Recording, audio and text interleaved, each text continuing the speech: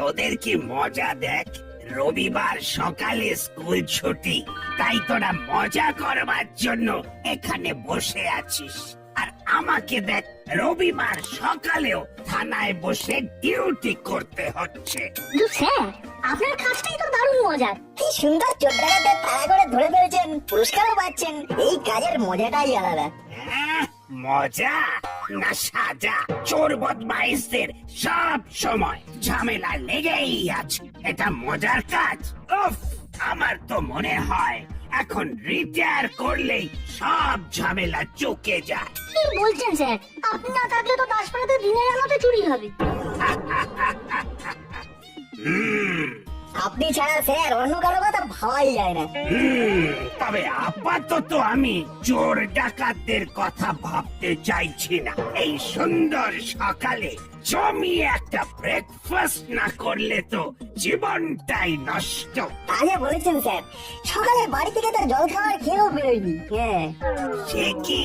না না না না না, আর দেরি করা চলে না। হাবিলদার, জলদি ভালো ভালো খাবার নিয়ে এসো, তোমার জন্যও আনবে। এক্ষুনি চলে আসবে গরম গরম কচুরি আর জিলিপির প্যাঁচ। এই রে, সাত সকালে থানা থেকে ফোন করলো, জিলিপির প্যাঁচের মতোই কোনো পেঁচালো খবর নাকি? স্যার, গরম কচুরির মতো গরম খবরও হতে পারে। ঠিক ঠিক। হ্যালো, নমস্কার, দাসপাড়া থানা। Sir, Gopi speaking.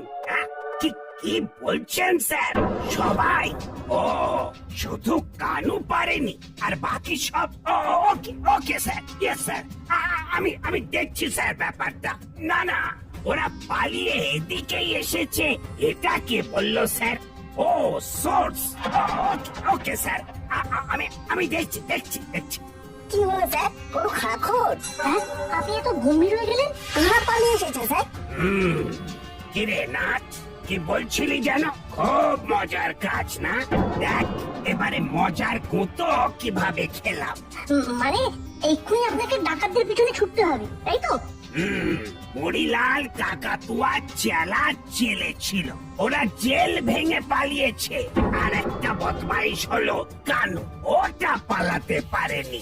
ওরা জেল ভেঙে আমাদের এদিকেই এসেছে? সেরকম খবরই বললো, কিন্তু এখন ওরা যদি ছদ্মবেশে ঘুরে বেড়ায় তাহলে তো ওদের চিনতেও পারবো না। ওরা তো শুধু শুধু ঘুরে বেড়াবে না, কিছু একটা প্ল্যান থাকবে নিশ্চয়ই। স্যার, ওরা সবসময় ছদ্মবেশে থাকবে না, কোথাও না কোথাও ওদের লুকিয়ে আস্তানা রাখতে হবে, মানে যেখানে ওরা রাতে থাকবে। আর ঠিক সেই সময় গিয়ে ওদের ধরতে হবে। জীবনের রবিবারের সকাল হয়ে গেল শনিবারের রাত। উফ, ঠিক বলেছিস তোরা, গরম কচুরির মতো গরম খবর, আর সেই সাথে জিলিপির মতো পেঁচালো খবরও বটে। আর সেই পেঁচে আমি নিজেই আটকে গেলাম। স্যার, আগে ভালো করে খেয়ে নিন। সে তো খেতেই হবে, না হলে তো আবার গায়ে জোর পাবো না যে। আমাদের বলবেন স্যার, যে কোনো দরকারে আমরা তো আছি। সে